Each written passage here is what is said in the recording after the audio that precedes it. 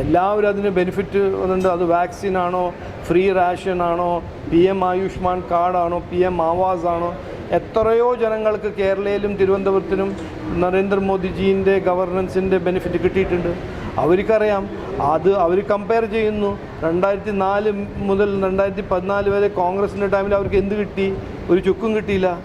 ഈ കഴിഞ്ഞ 7 കൊല്ലം സംസ്ഥാന സർക്കാർ ലെഫ്റ്റിൻ്റെ സർക്കാരല്ലേ, അവിടുന്ന് എന്ത് കിട്ടി?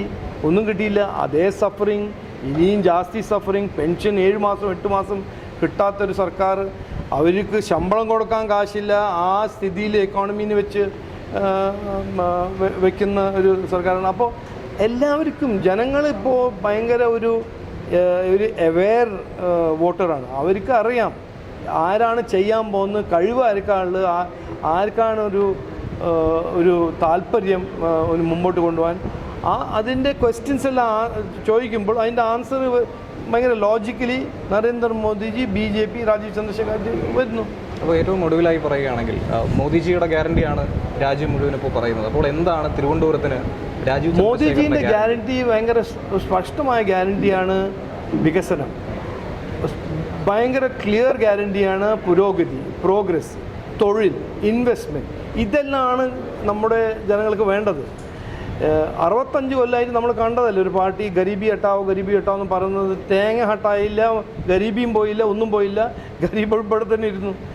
25 കോടി ജനങ്ങളെ ഗരീബിയിൽ നിന്ന് എടുത്തത് ആരാ? നരേന്ദ്രമോദി അല്ലേ കഴിഞ്ഞ 10 കൊല്ലത്തിൽ. അപ്പോൾ പാവമാണെങ്കിലും ടെക്നോ പാർക്കുന്ന ഒരു ടെക്നിക്കൽ എഞ്ചിനീയർ ആണെങ്കിലും തീരദേശത്തെ ഫിഷർമാണെങ്കിൽ എല്ലാവർക്കും അറിയാം ആരുടെ ഗ്യാരണ്ടിയിലാണ് ഒരു ഒരു ഒരു ഒരു ട്രസ്റ്റ്.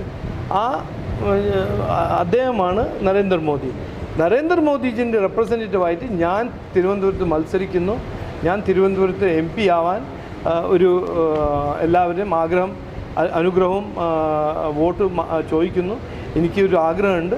അവരെല്ലാം റെപ്രസെൻറ്റ് ചെയ്ത് തിരുവനന്തപുരത്തിന് മുമ്പോട്ട് കൊണ്ടുപോകാൻ എനിക്കൊരു ആഗ്രഹമുണ്ട്. എനിക്കൊരു എന്താ പറയുക, ഒരു കേപ്പബിലിറ്റി ഉണ്ട്. അതാണ് ഞാൻ എല്ലാവരോടും പറഞ്ഞത്.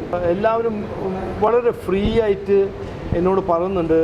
അത് ഇന്ന് അമ്മമാരെ കണ്ടത് രാജാജി നഗറിലാണോ, പൊഴിയൂർ പോയപ്പോൾ അവിടുത്തെ അമ്മമാരും